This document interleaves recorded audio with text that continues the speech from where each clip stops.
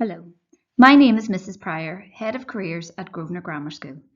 This presentation is designed to explain the pupil option choices and entry into Year 13. I will cover entry requirements, the curriculum in senior school, and the criteria for subject entry. Before I go into any further detail, I should emphasise that the key document you will need for this process is the A-Level Options booklet.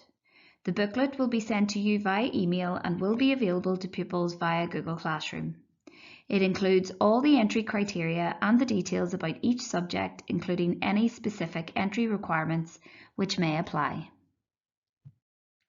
There is an entry requirement for Year 13. Pupils should achieve at least 15 points at GCSE, and you can see the scoring system on the screen. If a pupil scores fewer than 15 points, they will compete against other external applicants for any remaining places. You will find further information on this in the options booklet. Additional criteria states that the pupil's school record and achievement must satisfy the principal.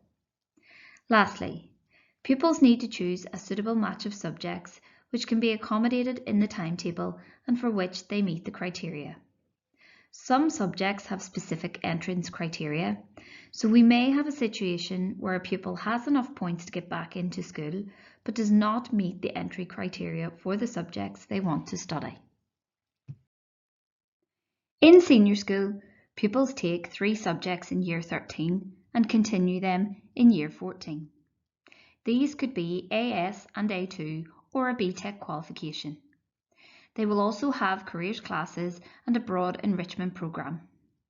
As usual, they'll have the opportunity to contribute to the school's extracurricular programme, and they are offered more leadership opportunities as they move into senior school. When considering subject choices, pupils need to think carefully about the entrance criteria, not just to obtain a place in senior school, but also the criteria for individual subjects they would like to study at advanced level. They must be prepared for 2 years of intensive study, where they will be studying one subject for up to 9 periods a week. When making subject choices, pupils should consider the pathways available to them after senior school. Some degree courses stipulate specific qualifications that are required for entry. Therefore, if a pupil has a particular course in mind, it is strongly encouraged that they research these requirements now. The full list of subjects are available on the screen.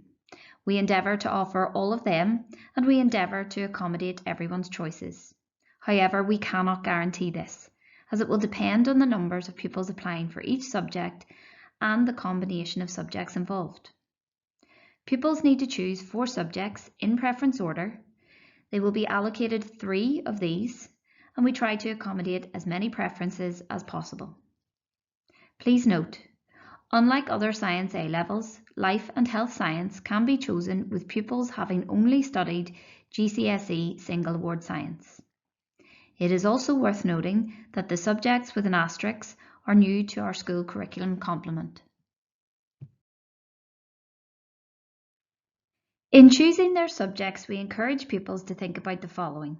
Firstly, does the subject suit their ability? Is it an area of strength? There's a significant increase in the difficulty level at A-level, so pupils should focus on what they are good at. For many subjects, there will be criteria they have to meet to be allowed to do the A-level. As mentioned previously, these are detailed in the options booklet. Please be aware that we cannot make any exceptions to these requirements.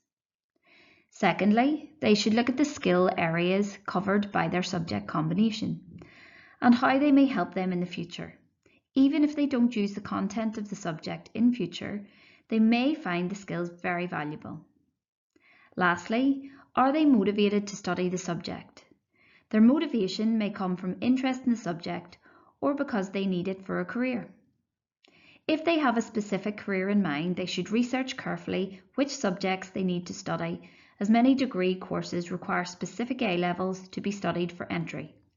You can find information about degree courses, including entry requirements, on the UCAS website, and the link is provided on the last slide in this presentation. Senior school is very different from middle school, as pupils only study 3 subjects rather than the 9 or 10 GCSEs they are currently studying.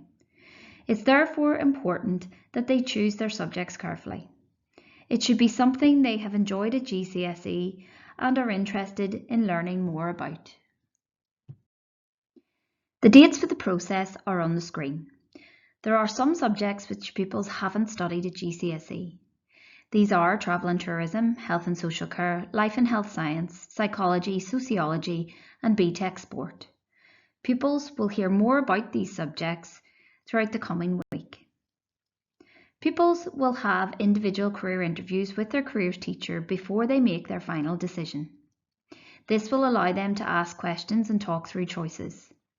Pupils will be completing an interview form before the interview, which will be used as a basis for discussion. This is not an option choice form. Please note, careers teachers are there to offer support, but they cannot make decisions for the pupils. The final options form will be online.